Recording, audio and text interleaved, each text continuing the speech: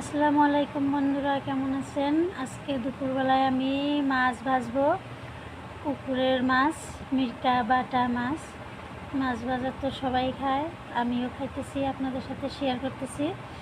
যারা হলো কাটার ভয়ে মাছ খান না, তো এভাবে মাছ তার মানে পিঠের দিকে কাইটা কাইটা মানে যেটা কয় কেঁচা কেঁচা ভাজলে ওই কাটা কেঁচা মাছের উপর থেকে উঠায় উঠায় খেলে কাটার তার মানে অসুবিধা হয় না আর কি।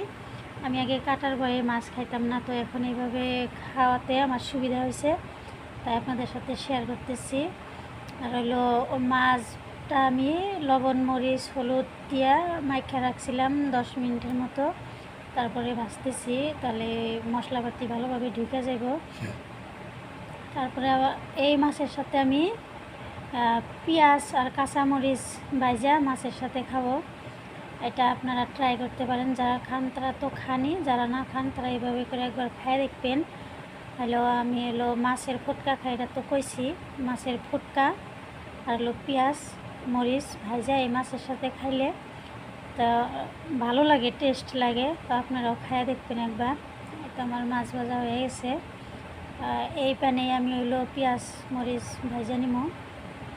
মাছটা মানে ভাত দিয়া খাওয়ার জন্য এইভাবে মাছ ভাজা গরম ভাতের সাথে খাইলে খুব ভালো মজা। এটা আজকে আমি দুপুরবেলায় খাবো। আমার হয়ে গেছে মাছ ভাজা, এই তো আমি দিয়ে দিচ্ছি পেঁয়াজ মরিচ আর ফুটকাটা মাছ যেহেতু ছোটো, তো ফুটকাগুলো ছোটো ছোটো, অত একটা বোঝা যায় না। তো এইভাবে আপনারা সবাই কইরা খাবেন মাছের সাথে পেঁয়াজ মরিচ ভাজা। সবাই ভালো থাকবেন, সুস্থ থাকবেন। আল্লাহ হাফেজ।